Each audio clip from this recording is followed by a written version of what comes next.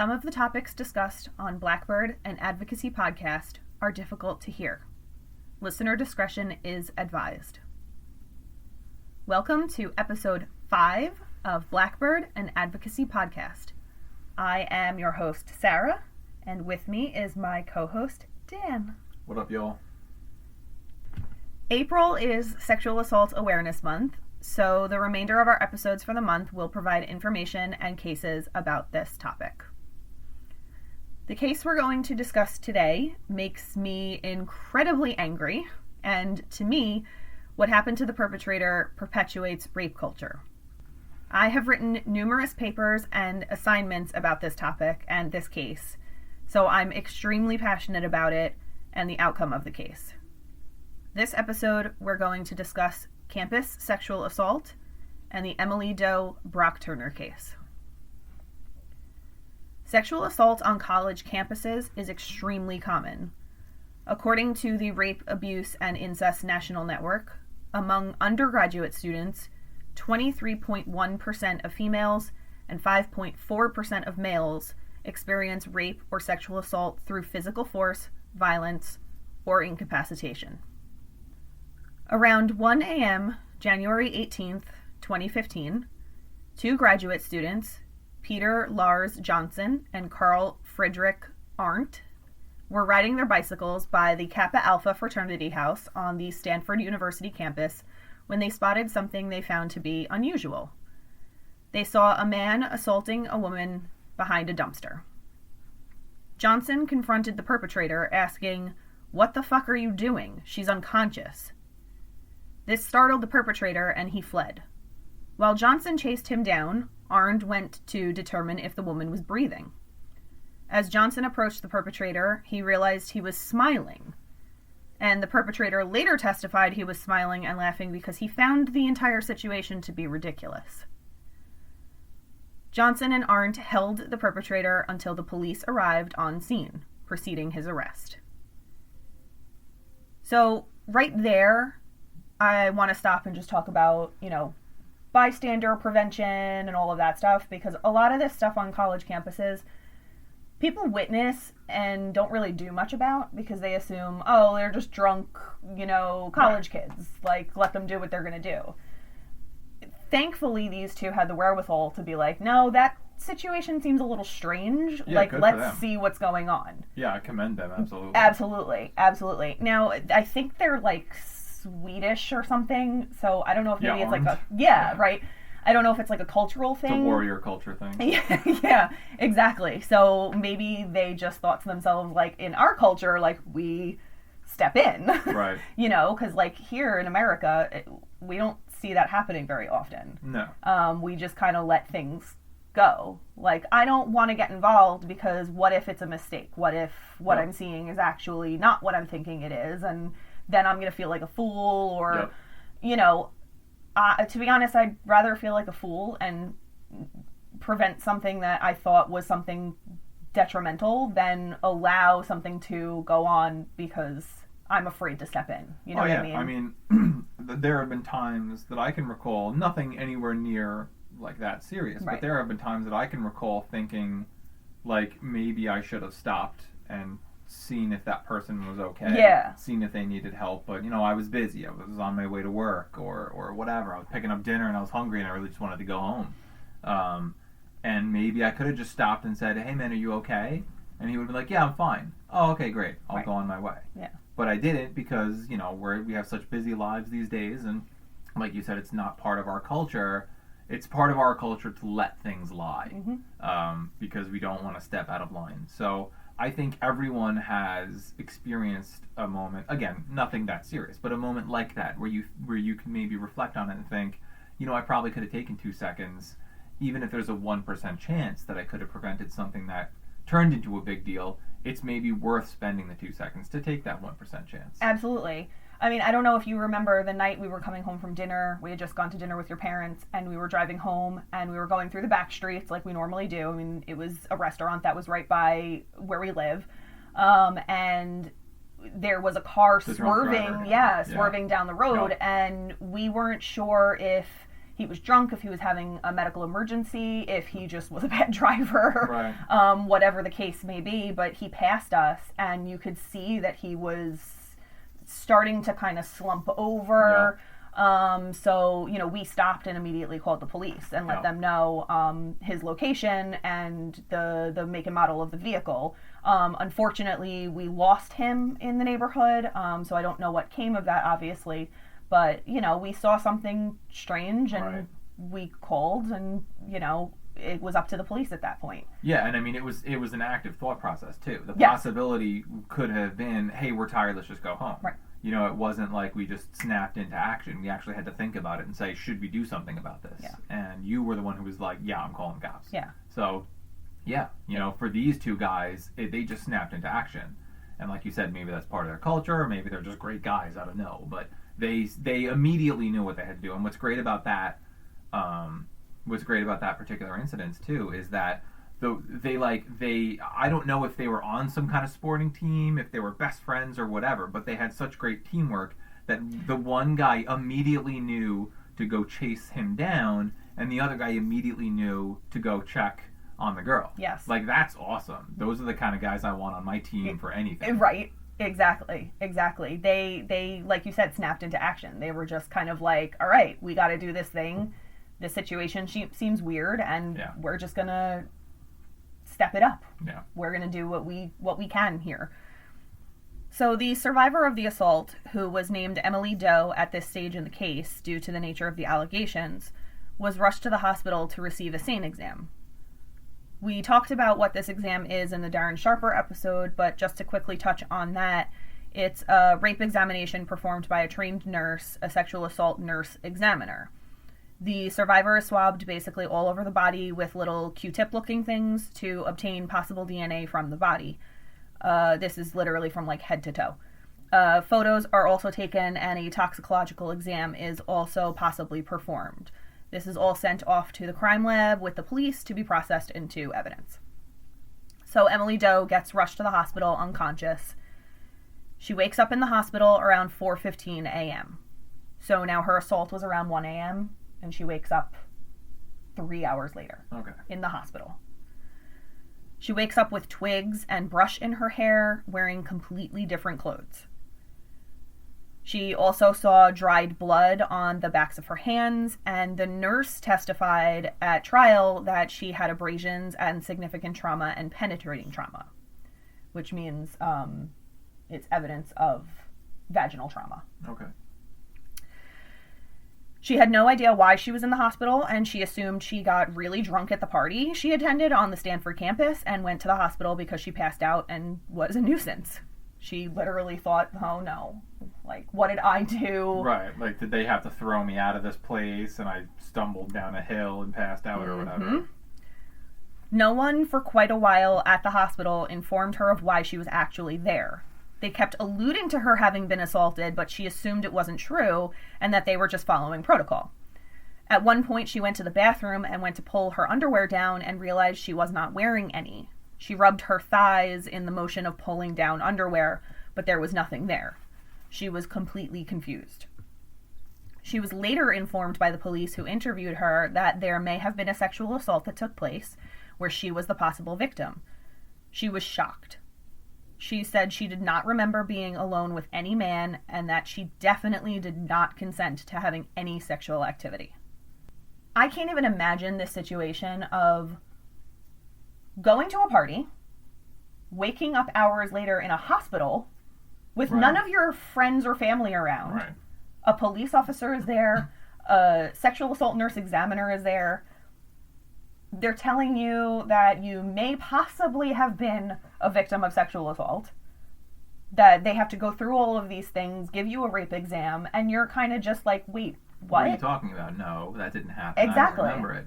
Yeah, sure, because you can get that sense, even just when you've been out drinking and you black out or whatever, and, you wake up at a completely different, quote-unquote wake up at a completely different club or at a completely different person's house, or you just wake up the next morning at your friend's apartment and you're like, what? Yeah. Like, I didn't go here, I didn't drive here, I didn't walk here, like, what happened? Yeah. Or if, like I said, if you come to, if it's not, that bad or whatever, it's only like 45 minutes or whatever that you black out for, you wake up at like a different, or you wake up at like at the diner, and you're like, I must be dreaming because we didn't go to the diner. We're still at whatever. Yeah. So yeah, for that same thing to happen, but then in a hospital. Exactly. And your hair is covered in stuff. Yeah. Like, yeah, that's got to be very disconcerting. What and the hell happened? You could be questioning your own self, your own perception. Like, am I dreaming? Am I hallucinating? Like, what was in that drink? Right, yeah, exactly. How much did I drink? What happened? Did someone spike my drink? Like, so many things are probably running through this girl's head at this time of, like, nobody's telling me what's going on, but they're, like, sidestepping it. You know, they're alluding to that I'm a possible victim, but nobody's actually telling me. Like, so I read her book, and I'll talk about her book later, but in it, she talks about this situation, and she's such a polite person that she doesn't even, like, ask them. Not once does she say, like, why am I here? Like, what's going on? Right. She just is kind of like, oh, okay. Like, Right. they're telling her things, and she's just taking in that information, like, sure. Right. I'll, whatever, this is nothing. Right. She doesn't think it's a major deal because she's not expecting to have actually been sexually assaulted. Sure, and you're never prepared for that either. So, you know, yeah. Yeah. Your brain doesn't quite know what to do with that input, you know, so it's easy to either deny it or get angry about it, or, like you said in her case, just accept it and just kind of figure it out later. Yeah. It's like, I'll worry about it later because this is weird. Yeah. She then finds out that her attacker's name is Brock Turner. Turner was a swimmer from Stanford. I hate talking about this part, but it's so relevant at this point. Turner was a swimmer from Stanford, and the media made him out to be the golden child. They plastered nice photos of him, used his affluent family upbringing, his athletic accolades, and his blonde-haired, blue-eyed good looks to make him out to be someone who should not be blamed for this act. Now, I'm all about innocent until proven guilty. Dan will tell you that. But we have such a double standard in our society. You know, good-looking, affluent, white kid is innocent when accused of sexual assault, but poor black kid is automatically assumed to be guilty when accused of basically anything. Oh, yeah. Anything. Oh, yeah. Drugs, murder, rape, theft, any of that. Yep. But if a white kid is accused of something so heinous of sexual assault, all you have to do is post a picture of him looking good in his little polo and Right. talk about, oh, he's a star athlete. Right. And people are like, oh, he made a mistake. Yeah, well, I mean, you know, the same double standard applies in many cases to people like politicians. You know, well, that guy, look at all the good he's done for our community. Therefore, he can't possibly have ever done a bad thing. Mm-hmm. Well, guess what? The world isn't good and evil. It's not black and white. Right. You can have someone who's mostly good and they messed up. You can have someone that's mostly bad and they occasionally appear to be good enough to fool everyone. Right. Absolutely. And victims in sexual assault cases are also seen as the bad person a lot of the time. You know, they shouldn't have been wearing that, shouldn't have been drinking that, shouldn't have been doing that. But again, affluent cute boy was seduced because, you know, oh, she was wearing a miniskirt. What was he supposed to Right, do in that mean, situation? I You know, mean, right. It's so disgusting that because she drank a lot, that automatically means, yeah, well, that's totally fine. He was drinking too. Like, Right. what? Like, What's the big deal? Not only is it okay, it's obligatory. Uh-huh. Like, clearly she wants this to happen. Exactly. Because otherwise, why would she be at a party? Exactly. Like, But not to enjoy herself and have fun with her friends, Right. but to be sexually assaulted. Right. That's why she went. And, like, you know, the only reason to dress quote-unquote sexy isn't to have sex. Maybe you just want to feel good Yeah, about yourself. absolutely. Abso-freaking-lutely. You know, like there's that Dane Cook joke about putting all the pocketbooks The pocketbooks in in the center and just dance. And F guys, I Yep. just want to dance. Yep. Yeah, well, those girls all got all done up. Yep. They probably, you know, these theoretical girls in this fake scenario probably all Yes. looked really hot, but that doesn't mean that they want to get laid that night. Maybe they just want to dance, you know? Yeah. Exactly. And that's most of the time. I mean, I know when I was going out to the clubs, I'm an old lady now, so I don't go out. But when I was young, I was going out to the clubs, and I was actually, usually I was dating somebody when I was going out. So I wasn't going out to attract guys or get a date or any of that stuff. But my girlfriends and I were going out to have a fun night with each other.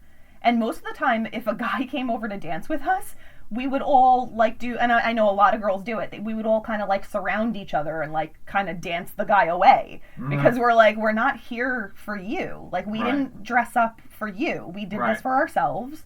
And it doesn't give you the right to come over and, grind on us. Right. Just because I'm wearing a cute outfit and I did my makeup. Right. Doesn't give you the right to do anything. Right. You can come over and ask if I want to dance, and if I say no, then you go away. But otherwise, it's not an invitation.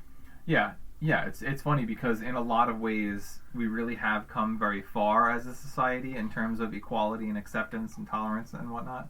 But there are still these underlying assumptions that we make as people that they hearken from back in the day when, at an event where the women would have to look pretty and wait for a guy to come to them and show interest in them, and then maybe they would get married and they would throw on their apron and cook the man his dinner and and you say, oh, well, that sounds ridiculous because that's not the world we live in. And you're right, it's not the world we live in. We now have a gender equal workforce and all that stuff, but at the same time, we still regress to these old primitive notions in situations like that. Like when you're out at the club, the women are supposed to go there and they're supposed to look attractive so that a man will come to them and say, oh, okay, we can do this now. This can happen. Right.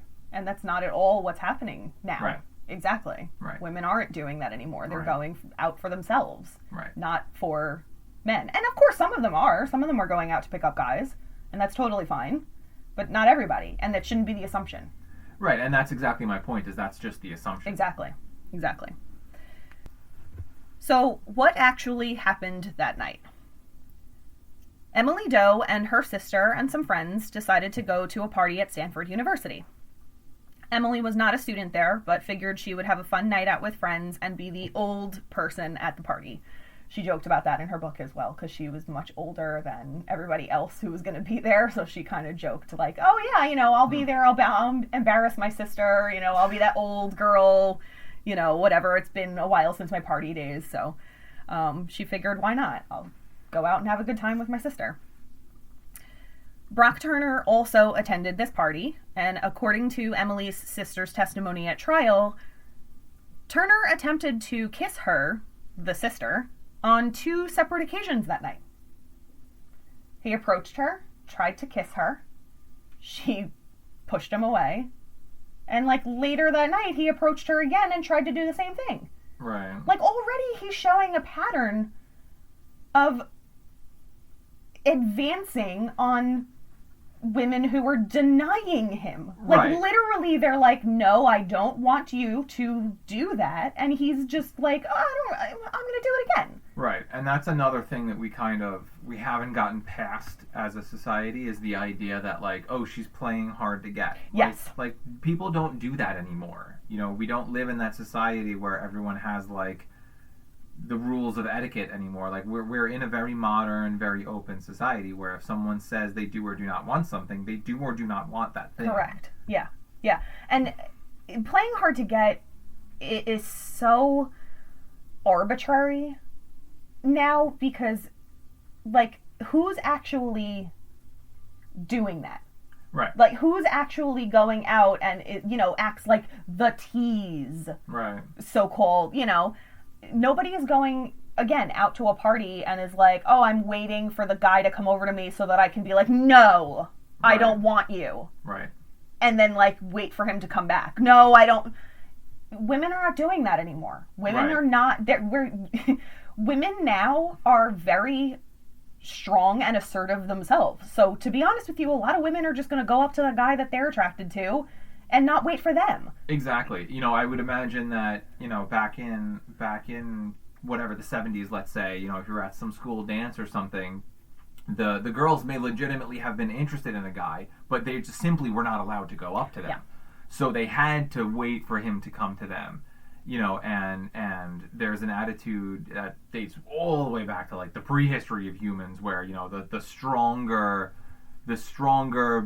males would be able to kill the saber-toothed tiger, and so that creates this attitude in women, again going way back, where the strong man would provide for you. Mm-hmm. And so maybe that somehow has to do with that playing hard to get, that you want a guy who doesn't take no for an answer. And even going up all the way up to like the 70s, where women really did not have control of their own lives. They really kind of depended on a man in many cases, because they just couldn't make the same kind of money. They probably couldn't get a mortgage if they wanted to. Mm-hmm. So they depended on the man to do all of these things for them. And so the attitude of, I still need a strong man, kind of fueled that idea of playing hard to get. Because if you say no to this guy, even if you're interested, and he goes away, well, then maybe he's not going to go back to the bank the third or fourth time to get that loan for you guys to get your house to have kids. Mm-hmm. So even that late, even as late as only 50 years ago, you could almost say that there was a logic to playing hard to get, because as a young woman you needed that strong man in your life. But we simply don't live in that world anymore. No. And that's why, like you said, women don't do that anymore. Women don't play hard to get anymore. No.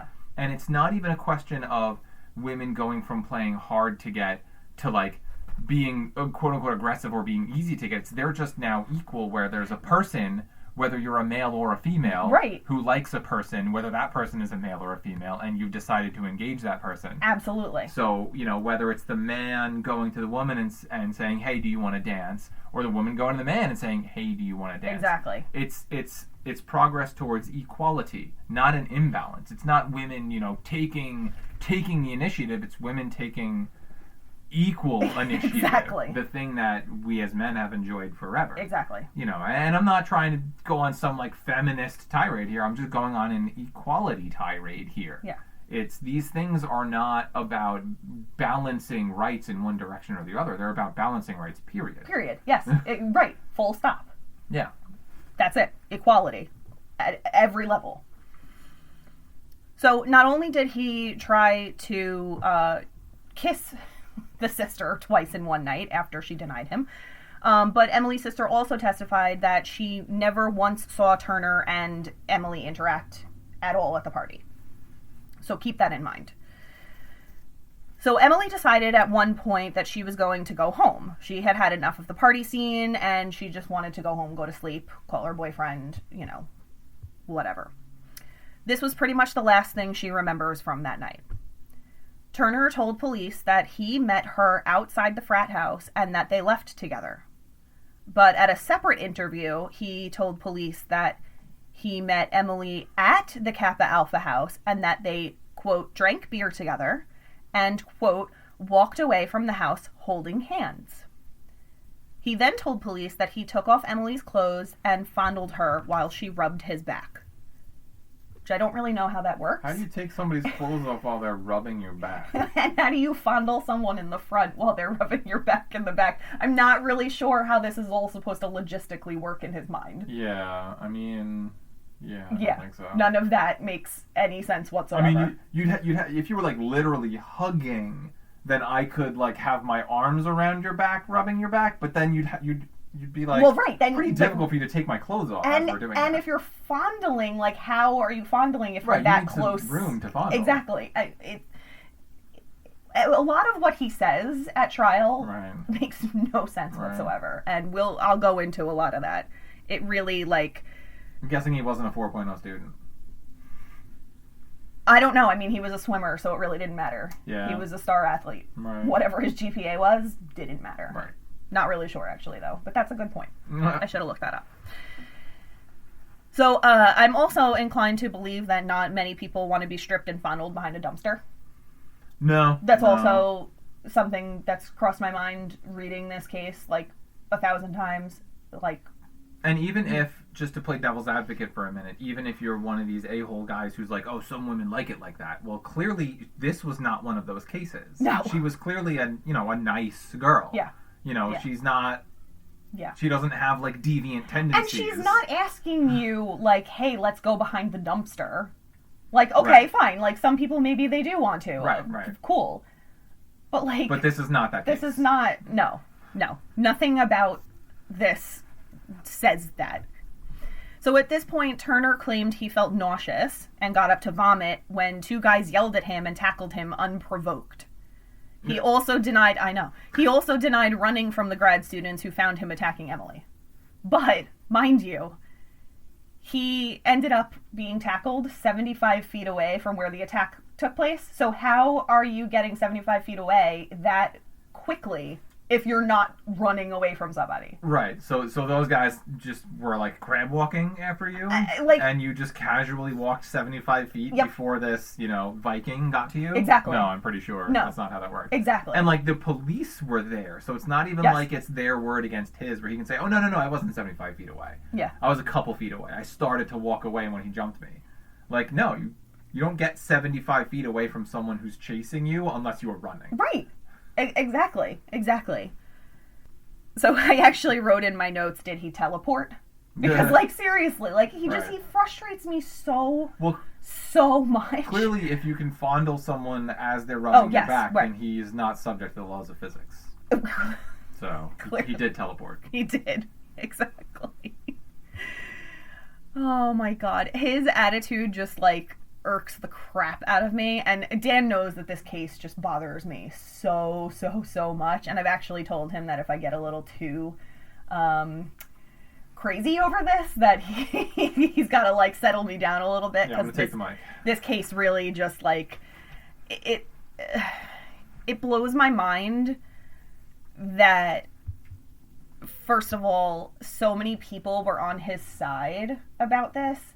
And that when it came to sentencing and everything, there were still people in the judicial system who were so quick to be like, well, he's a young kid and he made a mistake. Let's not punish him forever. But she's now going to be punished forever because of something he did. Right. How is that at all fair in the eyes of the law? Right. It's not, and again, I'm going to get into all of that towards the end of this, but it just, every single thing in this case makes me so angry, aside from literally the grad students who stopped the situation, and Emily's overcoming of all of this, because everything else in this case just drives me insane. Right. Absolutely insane. And his attitude, like I said, just bothers the crap out of me, but that will become more clear as to why he has that attitude when I talk about his family. Because, generally, rich white folk. Apple doesn't fall far from the tree. So, during his trial testimony, Turner stated that he and Emily drank beer together, danced, and kissed at the party, and agreed to go back to his room. Now, if you remember, Emily's sister testified that she never once saw them together. At all. And they were together for pretty much the entire night. Right. So, where is this happening? Right. Again, laws of physics must not be. Right, yeah, no, he shapeshifted. For sure. So, Turner stated that Emily slipped on a slope behind a wooden shed. So now apparently this dumpster became a wooden shed.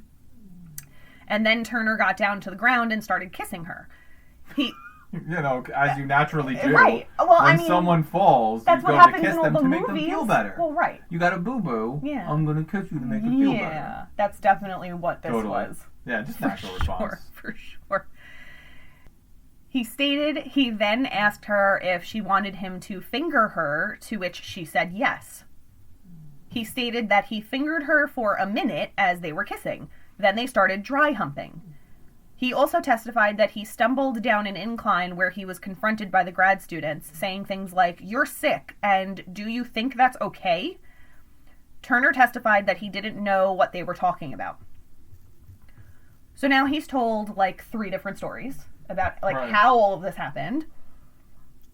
He was drunk. and maybe doesn't remember fully what happened, but, like, did you meet her outside? Did you meet her inside? Were you kissing inside? Right. Did you wait till you got outside? Was it a dumpster? Was it a dumpster? Was it a shed? Did she slip? Did you slip? Really? It's a slippery slope. It's clearly. And how did you end up 75 feet away? Right. Like, right. Nothing. And how did the two guys not slip? This is the slipperiest slope in the world. Clearly. But they had no trouble. Well, maybe because they're Swedish. Yeah, it's true. Or Norwegian. I think they're Swedish. But, yeah, it's just... I digress. I can't. Mm. So part of what was brought into evidence at the trial was the blood alcohol levels of both Turner and Emily. Of course, because they were both intoxicated. So this has to be brought into evidence. Again, it does not mean that she consented, because when you are intoxicated and unconscious, you cannot consent. That's literally the law. So, but it has to be brought in because of other circumstances. So Turner's was estimated to be 0.171% at 1 a.m., which was around the time of the assault. Emily's was tested at the hospital, so that was a couple hours later, and it was 0.12%. And doctors estimated her blood alcohol level around the time of the assault was probably around 0.2, or anywhere between 0.242 to 0.249%. There are some conflicting reports about the actual level, but the legal level is 0.08%. Right. So they were both messed up. For sure. For sure. Wow. I mean, and that could definitely lead to a blackout. Oh, absolutely. It's, no doubt about that. Especially if she doesn't go out much these days. Right. Your tolerance builds up the more and more you consume alcohol. So if you're not consuming alcohol, your body doesn't produce the enzymes that break it down as easily, and so it can bind to all the receptors that make it do its deal. Exactly. So if she hasn't been going out and drinking much these days, and she's 4 times the legal limit, absolutely that'll black you right out. For sure. Whereas he's 3 times the legal limit, but he probably drinks all the time. So he probably. was in fairly good control of his faculties. Probably. To further show how intoxicated Emily was and how this made her unable to give consent, around 1 a.m. she called her boyfriend and left him an almost completely incoherent message. This evidence was later said to have been particularly strong to jurors as to her not being able to provide consent. Yeah. On January 28th, 2015, Brock Turner was indicted on 5 charges. 1, rape of an intoxicated person. 2, rape of an unconscious person. 3, sexual penetration by a foreign object of an unconscious person. 4, sexual penetration by a foreign object of an intoxicated person. And 5, assault with intent to commit rape. The 2 formal charges of rape under California state law were dropped at a preliminary hearing on October 7th, 2015, after DNA testing revealed no genetic evidence of genital-to-genital contact. So basically, if there's no genital penetration, it cannot be considered rape under California law. It is then considered sexual assault. Okay. Yeah. Okay. Yeah. So the trial began on March 14th, 2016. At trial, questions arose regarding Emily's history of drinking and blacking out. She did say she had gotten intoxicated in the past and has blacked out before due to this intoxication. But why does this matter? She could get blackout drunk every single night if she wanted to, but that doesn't give anyone the right to violate her. Right. It doesn't matter. Because guess what? I black out every night around 10 o'clock. And I regain my consciousness around 6 a.m. the next morning. Does that mean that anyone can just bust in and do whatever they want to me? No. Nope. Exactly. Exactly. And, the defense's job is to discredit the witness, and that's exactly what they were attempting here by, saying, like, oh, well, you get drunk all the time, don't you? You black out all the time, don't you? But again, like, who cares? Right. So exactly. It's not illegal to do that. Correct. She's not driving. She's not operating heavy machinery. Yep. Yep. Yeah. She's not operating heavy machinery. Correct. Trying to make her look like a drunk and a loose woman who just goes to parties and forgets what happens is not really It's not relevant, I think is what you're trying to say. Yeah, well, it's not. Because, right, yes. again, to play devil's advocate, let's say that the argument is, well, we're speaking to her character to determine whether or not, or how likely it is that she did give consent and she's now lying about having given consent or doesn't remember giving consent, by establishing her character and saying, well, she goes out and gets wasted and hooks up with guys all the time, so she's just a big hoe, and she probably said yes. It doesn't even matter if that's all true. If she goes out every single night, gets shit-faced, goes on Facebook and says, who wants some, right, and hooks up with a different guy every single night, but then one guy has sex with her without her consent, none of the rest of that shit matters. Absolutely. Automatically, unless you're trying to establish a piece of evidence where you've got a video where she says, yes, I said Brock Turner could have sex with me behind a dumpster. Yeah. That's the only thing that matters. Yeah. So it doesn't even matter if you're establishing her character as the loosest woman in the world, right, or a nun. Yeah. It's yeah. irrelevant. And, there are statutes now that state that you cannot bring in, sexual history of the complaining witness under these circumstances. Because, again, it's not a relevant piece of evidence to the case at hand. Because, like you're saying, just because they have sex with multiple partners at any other given time with consent does not mean that they're automatically giving consent to have sex or whatever it is with this partner. This one is the case where there's no consent. Right. So just because she gave consent prior doesn't mean consent is implied. It doesn't mean that. Yeah, the only reason that establishing character would matter would be in the case of trying to establish the character of a potential perpetrator. Yes. If someone is known as, someone who goes out and tries to hit on women all the time, and you're not quite sure what he did in this case, if he has a history of this, again, I'm not saying it's necessarily telling for sure, but it at least goes to establish the character that this person has a propensity to try to commit these acts. Right, yeah. Whereas the defendant's character should be irrelevant. Exactly. The victim's character should be irrelevant. Exactly. And Emily's sister testified that he showed a pattern of that night. Right. That he was attempting to... with her. Exactly. That he was attempting to make sexual advances that were denied, but he kept doing it until it actually worked. He just kept trying until it actually worked. And that doesn't, again, mean that Emily gave him consent. She was completely wasted. There's no way she could have given him consent for what he did. Right. Ever. Right. So on March 30th, 2016, Turner was found guilty of 3 felonies. Assault with intent to rape an intoxicated woman, sexually penetrating an intoxicated person with a foreign object, and sexually penetrating an unconscious person with a foreign object. So, intoxicated and unconscious. Those were 2 separate charges. Prosecutors recommended that Turner be given a 6-year prison sentence based on the purposefulness of the action, the effort to hide this activity, and her intoxicated state. Turner's father had this to say about this sentencing recommendation. Quote, "The sentence is a steep price to pay for 20 minutes of action out of his 20-plus years of life." What a tool. Garbage human who spawned a garbage human. Yeah, 20 minutes of action. That's what you call that? Yes. Action? Yes. You call a rape action? Yes. Yep. And he thinks because his son, it was only 20 minutes. He only got satisfaction for 20 minutes. So now you're going to ruin the rest of his life. I'm sorry. For that 20 minutes, her life is now ruined. Right. So I should be able to just walk up to his dad and just stab him for 20 minutes, yeah, right? Because it's just 20 minutes. Yeah. It doesn't matter what you're doing for those 20 minutes. Yep. I should be able to just punch him in the face for 20 minutes. Yeah. Because it's just 20 minutes. Exactly. Exactly. I've had 20 years of exemplary service. Mm-hmm. I should be able to punch anyone I want for 20 minutes. Correct. And that's okay. Correct. You get 1 minute per year. Yeah. So, yeah.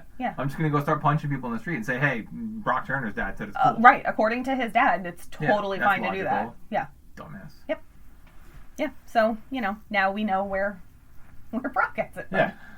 The rotten Lovely. apple doesn't fall far from the blackened tree. Exactly. The dead tree.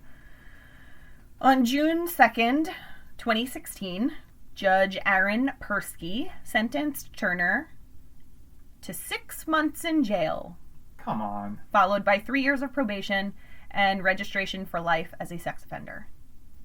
But, wait for it, Turner only served 3 months and was released on September 2nd, 2016. That's ridiculous. I knew that he had gotten a ridiculous sentence, but I didn't think it was that ridiculous. Yep. I remember when this was like in the news and stuff. Uh-huh. 3 months is all he did. Yes, he served 3 months. So he got convicted then, or are we going to go into that later? No, he did. So he got convicted. He got convicted. On multiple counts. 3 counts. Of sexual the assault. 3 counts that he was brought up on. Right. Correct. So it's not even like they couldn't prove the case and he took a plea deal that said like, okay, well, nope. You acted inappropriately, so you're only going to... He actually got convicted of rape. No, not rape. Of Remember, those were... assault. Yes, the right. rape charges were dropped because there was no genital penetration. He actually got convicted. He got convicted of 3 counts of sexual assault. Correct. Mm-hmm. And only did 3 months in jail. Correct. That makes perfect sense. Correct. Yeah. Yes. That's wow. Yeah. That's nuts. Complete miscarriage of justice. Oh yeah. Like it's horrible. Yeah.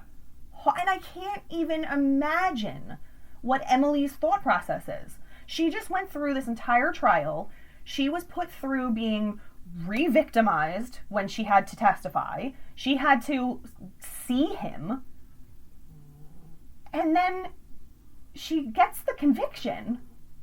Like, that's a great day. You quote unquote win, but... And then this happens. Yeah. And he's released 3 months later. Yeah, I'm sure she came out of that feeling like, yeah, okay, great, justice is served. It was totally worth it. Yeah, I don't think so. No. Isn't that the job of the justice system? To make people feel like justice was served? Mm-hmm. So, now, we can't talk about campus sexual assault without talking about Title IX. So Title IX is a federal civil rights law in the United States that was passed as part of the Education Amendments of 1972. The original text signed into law by President Nixon in 1972 stated, oh, by the way, like, good on you, Nixon. It's like one of the good things that he did in his presidency. Anyway, it stated, no person in the United States shall, on the basis of sex, be excluded from participation in, be denied the benefits of, or be subjected to discrimination under any education program or activity receiving federal financial assistance. Cool. You're probably like, great, no discrimination for financial aid, but what does that have to do with this case? Well, Title IX applies to all educational programs and all aspects of a school's educational system. In the late 1970s, a group of students and 1 faculty member sued Yale University for its failure to curtail sexual harassment on campus by male faculty. Apparently that was, it's the 70s, and of course, that's just kind of what happened. So this case, Alexander v. Yale, was the first to use Title IX to argue and establish that the sexual harassment of female students can be considered illegal sex discrimination. Title IX now extends the discrimination to also mean the basis of sexual harassment, rape, and sexual assault. In the past, there were colleges that would force students to drop out if they came forward with sexual assault allegations. Like, literally. There was a case where, I forget which school it was, but a woman came forward and they didn't take her seriously, and they were like, oh, well, with your allegations, we don't want a student like you here. And basically, like, harassed her and then forced her to leave the school. I thought you meant that the person who was being accused was forced to drop out. And I was like, well, that's a little bit much because you never know.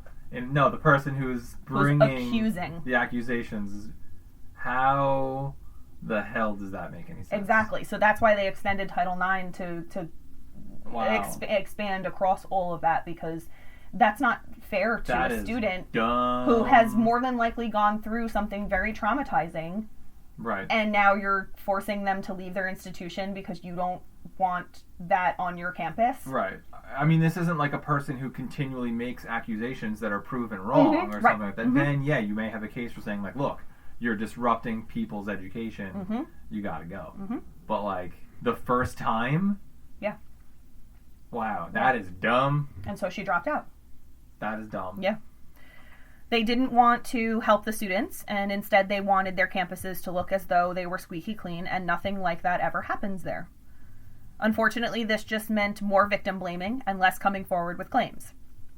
Survivors were meant to keep it to themselves and never seek justice because it could tarnish the college's reputation.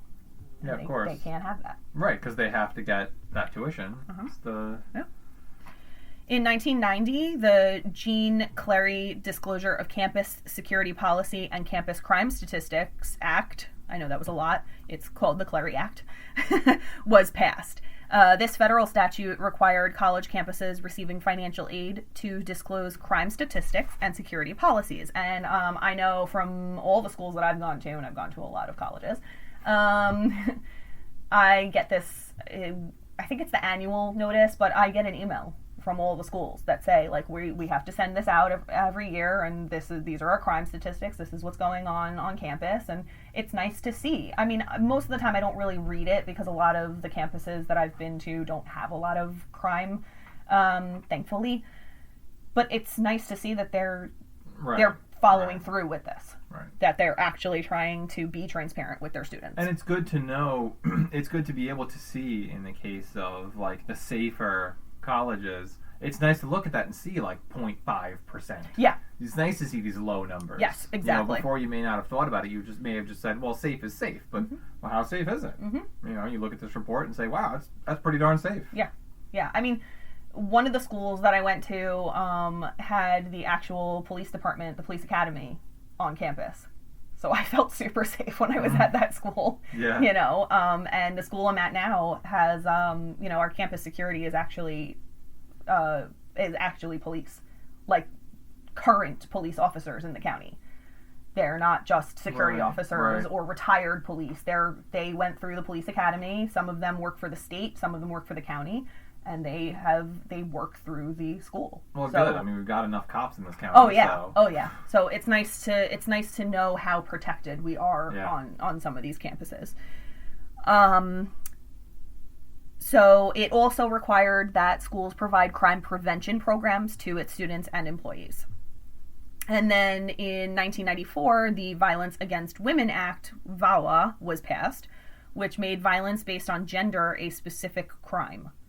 Following this, almost 20 years later, was the Campus Sexual Violence Elimination Act, which is the Campus SAVE Act in 2013.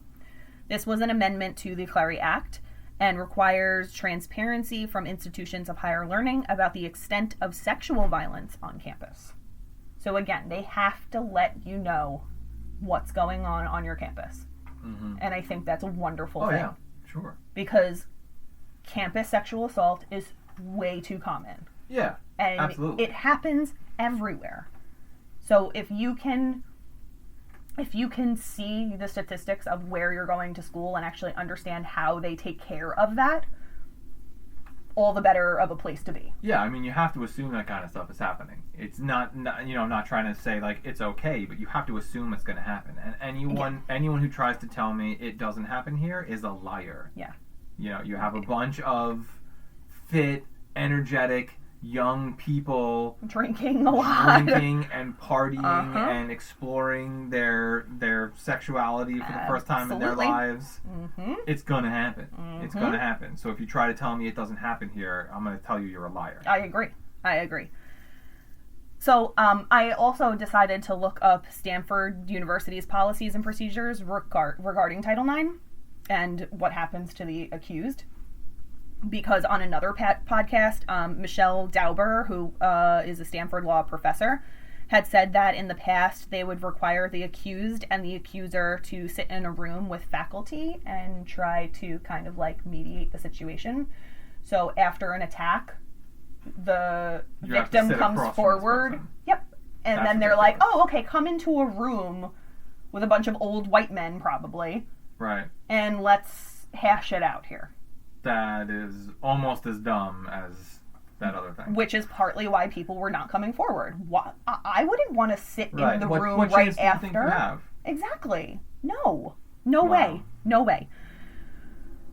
So, the following is how Stanford now handles these accusations. They have like a long list of, I think it's like 9 steps. So first, the Title IX office receives report of a concern. So the Title IX investigator sends outreach email with a list of resources to the complainant. and the complainant requests an investigation but reserves the right to withdraw the complaint if they no longer want to go through with it. So then the Title IX office investigates.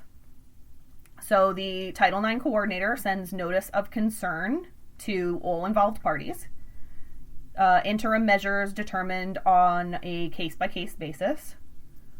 Title IX investigators interview the complainant, the responding student, and any witnesses that there are, and parties may submit documentary evidence. So they kind of go through, a discovery period. It's kind of like a trial in a sense, or a hearing maybe, more so than a trial.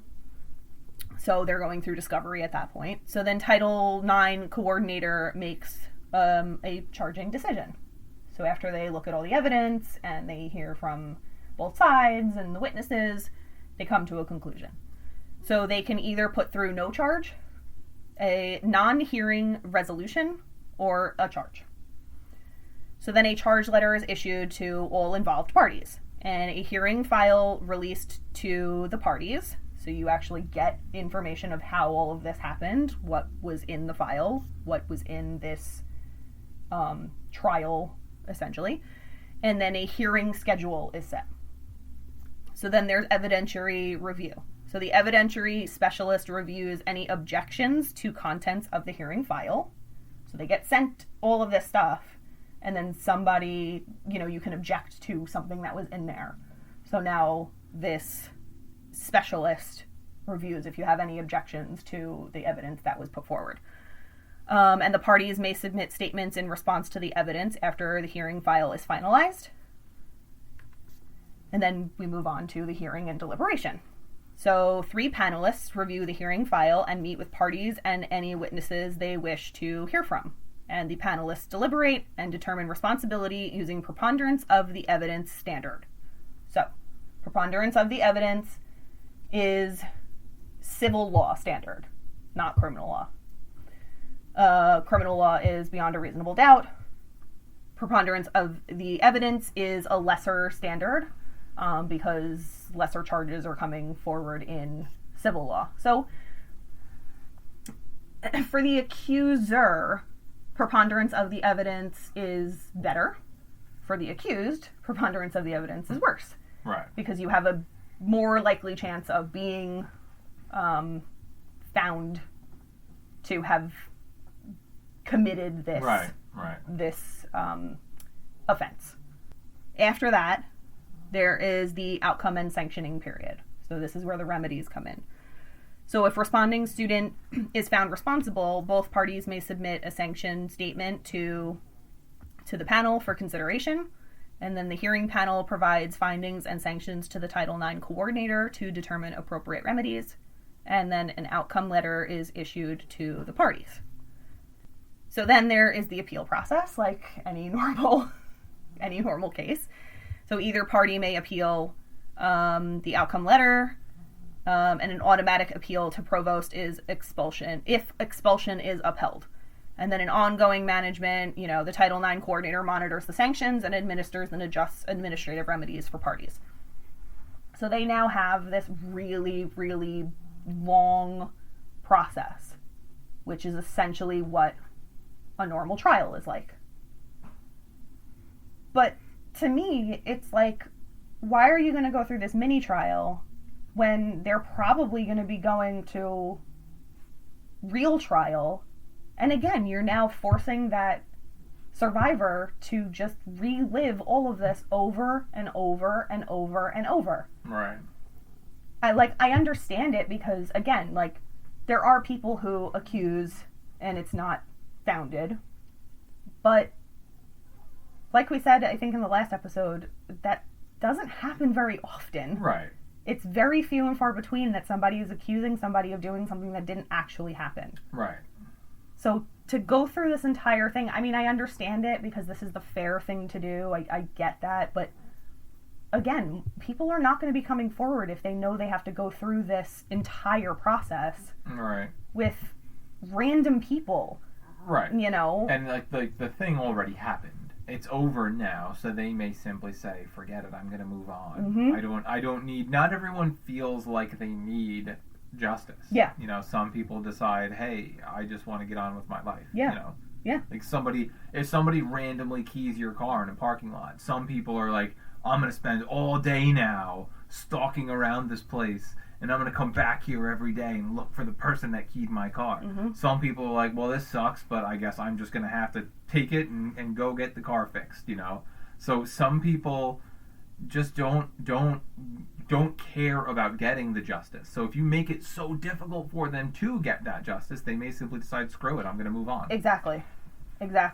And, you know, I think that more people will be coming forward to their schools about something like this happening if their school made it a comfortable situation for them. Like, so I was at the Nassau County Enough is Enough Sexual Assault on Campuses conference a few months ago, and I actually ran into somebody who is part of the Title IX office at my school. I didn't even know they were there, but I ran into her, and I approached her, introduced myself, and I immediately felt comfortable talking to this woman. I mean, just upon me, she was in the middle of doing something too, and I had to leave, so I felt really bad interrupting her, but I wanted to make sure that I introduced myself and got her card and her information. So I interrupted her, and immediately turned to me, biggest smile on her face, was so pleased that I introduced myself, was so happy to know that there was somebody from the school there. You know, it made me feel like if something like that were to happen to me, I would feel so comfortable talking to her about it. And I think that's such an important thing, that every school's Title IX office really needs to be that comfortable, compassionate atmosphere, because that's going to make more people want to come forward. Absolutely. You know, even if they see this entire drawn out process, if they know that they have people on their side, there's someone to guide them through it. Mm-hmm, yeah, because the other thing is, like, you know, even just listening to that process, I'm like, I don't even remember half the crap you just said, and I'm sitting here listening to you talk about it. So if this is an important thing to me, I'm going to screw this up. There's like 47,000 steps. I'm going to screw it up, so I'm not going to bother. Yeah. So yeah, if you have someone willing to guide you through it, exactly, someone you feel comfortable with. Yeah, I mean, like, just like how, you know, when you used to do your crisis counseling at the hospitals. Yeah. You know, these people would end up at the hospital and they don't know what's going to happen. So just to have someone there to talk them through it and say, all you have to do is this. Exactly. And everything else we can worry about later. Exactly. So one step at a time. Yeah, basically what you did there in the hospitals was kind of like what this person is doing in the schools. Yes. There has to be someone there who's going to tell you, all I need you to do is this one quick thing, and we're going to take it one step at a time. You don't have to worry about the whole process, because, yeah, I mean... Exactly.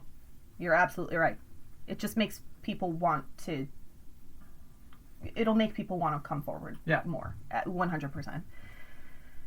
So among the injustices within this case and Turner's ridiculously light sentence, there were some really amazing justices that came about because the community gathered together. The Santa Clara County community found all of this to be heinous in light of what actually happened, and led by Michelle Dauber, the Stanford law professor I mentioned earlier, they campaigned to recall the judge on the case. The California Attorney General's office supported the propriety of the county registrar of voters' approval of the petition allowing the recall to go forward. Persky's legal team argued that since he was a state officer, only the California Secretary of State had the authority to approve its acceptance. But the recall vote required gathering 90,000 verified signatures. Persky paid $30,000 to the firm of Brian Seichik, I think that's how you pronounce it, the manager of, wait for it, the manager of Donald Trump's presidential campaign in Arizona, to lead the opposition to the recall. Yeah, isn't that nice? Doesn't surprise me. Nope.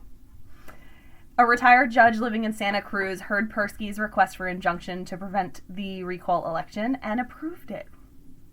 The demands for recall received support from Representative Ted Poe, Republican from Texas, who spoke in the United States House of Representatives to condemn Turner's sentence as too lenient and to call for Persky's removal. 90,000 signatures were required to recall Judge Persky, and on January 24th, 2018, the Santa Clara County Registrar of Voters confirmed they had enough at 94,539 signatures. This meant the recall vote could move on to the ballot of the June 5th, 2018 election. Something else important to know about Judge Persky is that he has a history of making these atrocious decisions. In 2011, Persky presided over a civil lawsuit against multiple members of the De Anza College baseball team, who were accused by plaintiff Jane Doe of gang raping the then underage girl while she was unconscious, until another party attendee who heard the commotion intervened. Again, great. Bystander. Right. Thank you to all these bystanders. Oh, yeah. I mean, really. I mean, it's not, like we were saying before, it's not easy to get involved in something like this. No. It's not easy to be a good person in a society where it's really, really easy to not care. Mm-hmm. So, yeah, that's great for you people. The civil trial came after the district attorney had declined to prosecute a criminal case as she thought evidence was lacking. During the civil trial, Persky decided that the jury should be allowed to view photographs of the plaintiff taken at another party she attended approximately a year after the alleged gang rape, as per the defense's claim that this evidence contradicted the plaintiff's claims of suffering from PTSD. So, because she was going to a party a year later, that means she can't possibly have PTSD. Everything was cool. How dare she have a life? Yep. This is supposed to ruin your life. Mm-hmm. Yep. And then the jury found the defendants not liable. So. Based on what? Based on, I guess, the fact that she couldn't possibly have PTSD, so it probably didn't happen. So, what? Mm-hmm. So, what? Yeah. Okay. So that's it. Wow, that's the dumbest thing I've heard yet. And yeah. I've heard 3 really dumb things so far. Yeah, yes. There's a lot of dumb things in here. Wow. There's one really amazing thing in here, though. Oh, that's good. Yeah. So when the votes were tabulated in the June 2018 election, Persky was officially recalled, and Cindy Hendrickson, a Santa Clara County Assistant District Attorney, was voted in to replace him. That's not even the greatest thing in this. Nearly 200,000 Santa Clara County voters turned out, voting to remove Persky by 61.51% to 38.49%, a margin of over 23%. Persky was the first judge to be recalled by voters in California in 86 years. Wow. And the first in the U.S. since 1977. Wow. Yeah. So it doesn't happen very often. It's freaking awesome. And with this, there was still more good to come from this trial. Due to the public outrage over this trial and sentence of Turner, the California State Legislature passed 2 bills to change California state law regarding sexual assault. Bill 701 broadened California's definition of rape to include digital as well as penile penetration. So, now... Right. If I put any part of my body inside any part of another person's body without their consent, come on. Correct. Let's be real about this. Yep. Finally. Mm-hmm. If I put anything in your body without consent, it doesn't even have to be a part of my body. I know. You're not supposed to put things inside of other people. No, but that's the difference between sexual assault and rape. Right. But now in California, it means that digital penetration also is under the rape category. Should be all penetration. Yeah. Like if you put a bullet in someone, that's illegal. Right. If I put a finger in someone without asking them, that should be illegal. If I put a pine cone without asking you, that should be illegal. It is illegal. It's just not up to the standard of rape. It should be the same. I agree. And, California is moving in that direction. And then there was Bill 2888, which provided for a mandatory minimum sentence of 3 years in prison for sexual assault of an intoxicated or unconscious person. So they have to get three years. They can't get stupid. Which is 6 still months. really not enough. But, okay, I agree. It's better than well, 6 it's a months. minimum 3 years, so they can get more if warranted. Right. These bills were unanimously approved by the California legislature and signed into law by Governor Jerry Brown on September 30th, 2016. Go California. Yeah. Furthermore, and this is one of my absolute favorite parts of this whole aftermath, so this is the part I've been waiting for. Mm-hmm. The second edition of the criminal justice textbook, Introduction to Criminal Justice, by University of Colorado, Denver professors Callie Marie Renison and Mary Dodge, used Turner's mugshot as the accompanying photo for the definition of rape. Oh, that's awesome.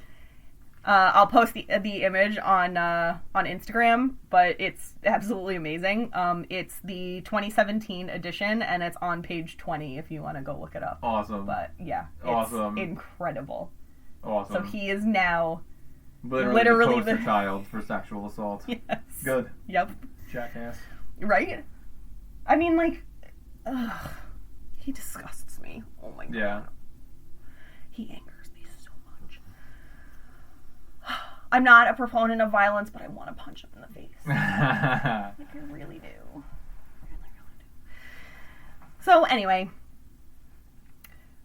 the woman that justice honored in a very convoluted and arbitrary way had been known as Emily Doe throughout this entire ordeal.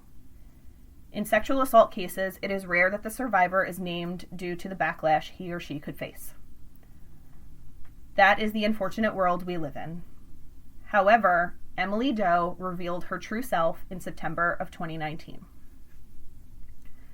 Emily Doe was born June 12, 1992, in Palo Alto, California, as Chanel Miller. Now, what's super cool is her mom is a Chinese immigrant, and she's a writer, and her dad is a retired therapist. So she has a Chinese name. And I can't remember what exactly it is, and I'm not even going to attempt to pronounce it, but apparently it sounds like Shah. So she named herself Chanel as her American name. Oh, okay. Because it's similar to her Chinese name. Right. So I thought that was really cool. She has one younger sister, whom she attended the Stanford University party with that fateful night. Chanel attended the UC Santa Barbara College of Creative Studies, from which she graduated in 2014 with a degree in literature. In September 2019, Chanel wanted the world to know who she was and that she was not at all a victim. She was interviewed on 60 Minutes and released a memoir entitled Know My Name, which is a great book. Literally everyone should go buy it and read it. It's just recounting her whole ordeal and just everything that went through her mind throughout this entire thing. It's pretty spectacular. She has been adamant that she is not Brock Turner's victim, and as she says in her book, she does not belong to him. He does not own any part of her. She is Chanel Miller, a survivor. On November 1st, 2016, prior to her coming out as Chanel Miller, she was awarded a spot as one of Glamour magazine's Women of the Year for her victim impact statement, which had been read over 11 million times. Wow. Yeah. Good. It was released after the sentencing hearing, and yeah. Good. People need to know that justice can be served and you can move on after something like this. You don't want something like this ever to happen, but it's nice to know that people are moving past these things. Mm-hmm. And I want to read a little excerpt from it. And finally, to girls everywhere, I am with you. On nights when you feel alone, I am with you. When people doubt you or dismiss you, I am with you. I fought every day for you. So never stop fighting. I believe you. As the author Anne Lamott once wrote, lighthouses don't go running all over an island looking for boats to save. They just stand there shining. Although I can't save every boat, I hope that by speaking today, you absorbed a small amount of light, a small knowing that you can't be silenced, a small satisfaction that justice was served, a small assurance that we are getting somewhere, and a big, big knowing that you are important, unquestionably, you are untouchable, you are beautiful, you are to be valued, respected, undeniably, every minute of every day. You are powerful, and nobody can take that away from you. To girls everywhere, I am with you. Thank you. So that was the end of her victim impact statement. I really like that lighthouse analogy. Yeah. That's cool. Right? That's really cool. I thought that was such a beautiful thing. When I was going through her statement to find a little excerpt, there were so many pieces that I wanted to pull, but I really felt like this is the message that I think needs to be sent out, especially during Sexual Assault Awareness Month. So when I saw that quote, I thought that was so great. And I love this whole part of it, because this is the end of her statement, like I mentioned, and she's going through, like, thanking all the people who have helped her through this whole thing. And the end, she wanted to thank all the other women who have gone through what she went through, and to let them know that they're not alone. I am incredibly passionate about this case and about cases like this. And no one should ever feel entitled to violate another human being in any way. This case just perpetuates the culture which allows entitled, white, rich boys to get away with whatever they want because our society believes they are more worthy than anyone else. But what about the survivors? They have to live a life knowing someone took so much away from them. Some can never get past that. If you are one of those people, I want you to know that you are worth so much more, and you do not need to be defined by the actions of another. People who do these things to other human beings are vile. People who have these things done to them are not. We need to make this known. You are not dirty. You are not used. You are not trash. You are beautiful. You are strong. You are powerful. Chanel's advocacy will hopefully live on and let other survivors know there is a light at the end of the tunnel. Campus sexual assault is too common, but thankfully with new legislation, more students can come forward without fear of retribution. If you are considering going to college, research their policies regarding sexual violence and Title IX. Understand what they do to help students in these situations, and especially what they do to prevent these situations from happening in the first place. Prevention is important. Speaking up is important. Bringing more attention to these situations is important. We need to be heard. I want to quickly just thank Chanel Miller for being so brave and allowing the world to know she will continue to be a fighter and that this does not define her. And I also want to send a thank you out to Michelle Dauber for leading the charge to get Judge Persky recalled. These women are absolutely admirable. If you or someone you know has been a victim or survivor of sexual assault, reach out for help at rainn.org, RAINN.org, or 1-800-656-HOPE, 4673. And that concludes episode 5 of Blackbird. If you have a story you would like to share on Blackbird, please email us at blackbirdadvocacy@gmail.com, and don't forget to stop by and follow us on Instagram at blackbirdadvocacy. For all references used in this episode, please see the show notes.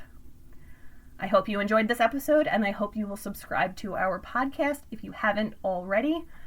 And please leave us a 5-star review if you can. Stars, yay. Yeah, because that just makes us feel good. Stars are like chocolate, and I like chocolate. Sure. Okay. I like turtles. Anyway, thanks for listening. Be safe, be aware of your surroundings, and continue to social distance if you can. Control your droplets, people. Flatten the curve. Thank you.